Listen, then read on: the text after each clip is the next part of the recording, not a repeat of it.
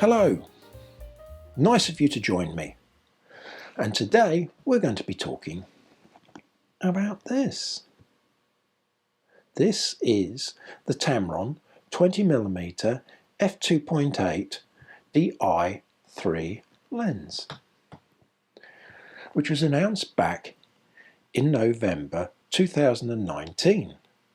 It's part of a trio of prime lenses which share the same exterior design, construction, size, filter diameter and maximum f-stop.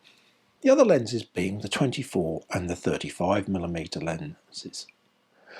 I reviewed the 35mm f2.8 back in June 2021 and I was quite impressed with it. The build quality is made out of some sort of engineering plastic, and the lens mount appears to be chrome plated brass, which is a nice touch. There is an O-ring which provides some semblance of sealing from the elements. There is no other weather sealing throughout the lens, and there is no indication as to the level of sealing.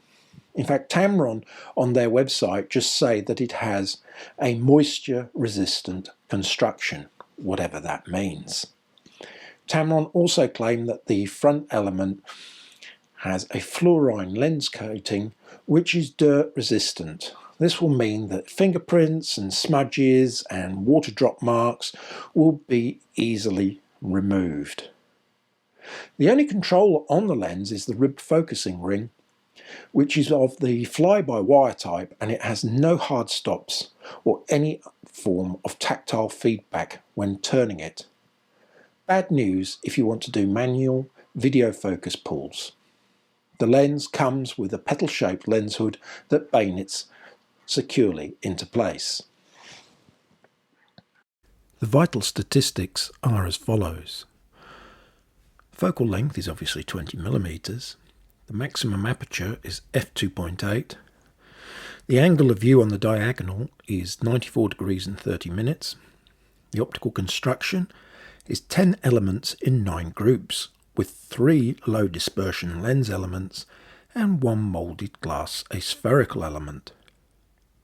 The minimum object distance is 11 centimeters or 4.3 inches.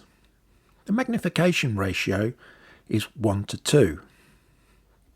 Filter size is 67mm, and the dimensions of the lens are 64mm or 2.5 inches high by 73mm or 2.9 inches in diameter. The weight is a paltry 220 grams or 7.8 ounces. The number of diaphragm blades is 7 curved blades. The accessories included with the lens are a lens hood, and it's only available in Sony E-mount. Let's look at the optical performance. And before we get into the nitty-gritty of that, let's deal with the whopping great elephant in the room here. This lens has very, very profound barrel distortion. But for JPEG shooters, there is an inbuilt lens profile which minimises the effect. If you shoot RAW, you will be dependent upon your editing software of choice having a lens profile available for it. Now, I don't use anything but Adobe, and Adobe has made a lens profile available for Lightroom and their Camera Raw. When we look at the uncorrected image and look at the rulers on the bottom and on the side, we can see that the field of coverage is 47.4 centimeters in width and 29.5 centimeters in height. When we compare that to the corrected image, which is 43.7 centimeters by 28.3 centimeters, we see that there is a 7.2% reduction in width and a 4.2% reduction in height. This means, with the lens profile applied, the lens effectively becomes a 22mm. But if you shoot video with the electronic stabilization applied, the image is cropped again. and it will give an angle of view similar to that of a 24mm lens. So if video is important to you and you want an angle of view given by a 20mm lens, then you either get a lens that doesn't suffer from as much distortion, or you will have to get a wider lens, somewhere between the 16 to 18mm mark. In terms of lateral chromatic aberration, the Tamron 20mm shows very mild chromatic aberration in the corners and on the edges, which is it is really very slight, and if you apply the profile, it's virtually invisible. Wide open, there is some longitudinal chromatic aberration present. There is cyan and magenta fringing on the out of focus edges, but this can be easily solved by stopping down. Vignetting is quite apparent without the lens profile, but when it's applied, it's a non-issue. When it comes to flare resistance, well, extreme wide angle lenses are very, very prone to the effects of flare, and don't necessarily have to have the specular light source in the frame to cause it. It can just be outside the frame. The Tamron handles it reasonably well, but is prone to veiling and ghosting flare. The lens comes with a lens hood, and it would be wise to use that at all times, and it does a good job of reducing the incidence of flare.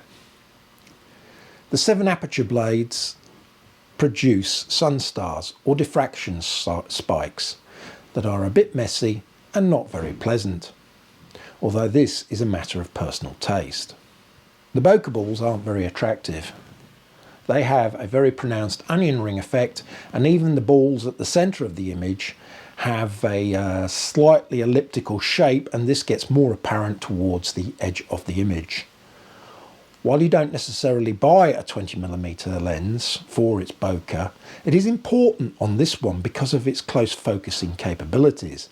And when we look at real-world examples, we can see the tonal transitions in the out of focus areas are nice and smooth.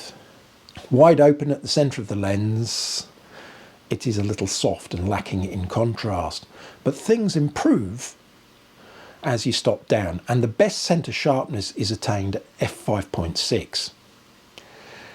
At the edges, at f2.8, the corners are slightly worse than that of the centre. It's not until f8 when the corner performance equals that of the centre. In terms of autofocus, well, for stills photography, the Tamron 20mm is very positive in acquiring focus. It's just slow. There's no hesitancy or hunting, and in a sequence of shots of me walking backwards and forwards towards the camera and lens combination achieved an 88% hit rate. Now, I'm using a Sony A7 II, and I would expect the autofocus performance to be a bit better with the 3rd and 4th generation A7 bodies. Video is a different story. There is some hesitancy in focusing and a bit of a wobble even with static shots. Performance is at its best at closer distances.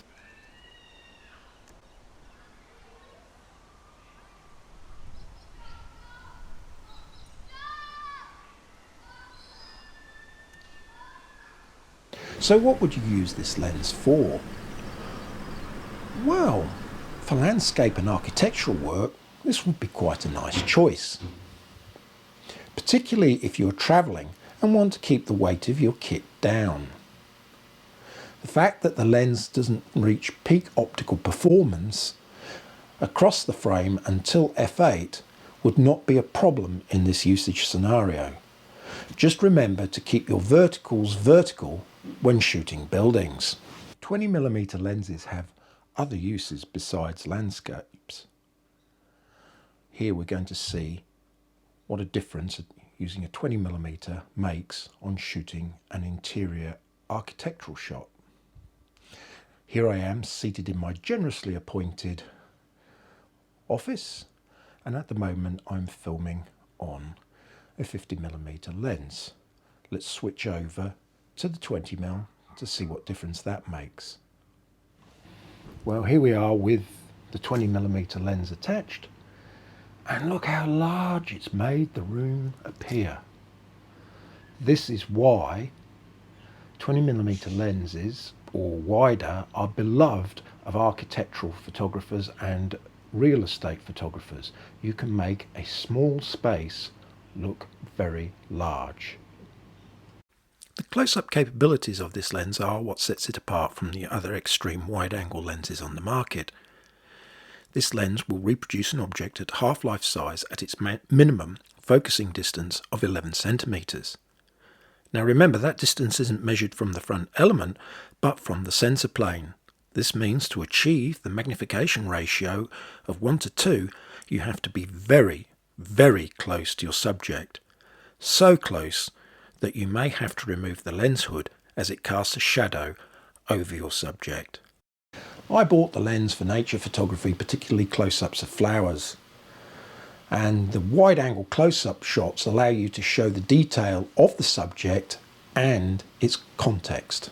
That gives a more unusual effect to the more standard viewpoint of a short telephoto macro such as 100mm. And for this, the Tamron works exceptionally well. In terms of video usage, this is where the lens is like the curate's egg, good in parts. The autofocus is a bit of a letdown, and the manual focusing makes repeatable focus pulls difficult. The lightweight is a boon for gimbal usage, as is the fact that the lens doesn't extend when focusing. Another good use for the Tamron 20mm lens would be for vlogging. Should make me nice and small in the centre of the picture while revealing plenty of the background. So let's see how it does. So, in conclusion, I bought this lens to complement the Tamron 35mm f2.8, which I really like and use a lot. Unfortunately, I find the 20mm somewhat underwhelming. I feel that the optical performance isn't good as it could be. The lens distortion is quite severe, and the lens profile, well, it just blurs the detail in the corners. Couple this with the autofocus performance, and I'm left feeling it would be better to save more money up and buy a better lens. In fact, if it wasn't for the close focusing capabilities, I would be parting company with this lens. Well, that's it for this review. I hope you enjoyed it. I hope you found it useful. And I look forward to seeing you in the next video. Thank you very much. Goodbye.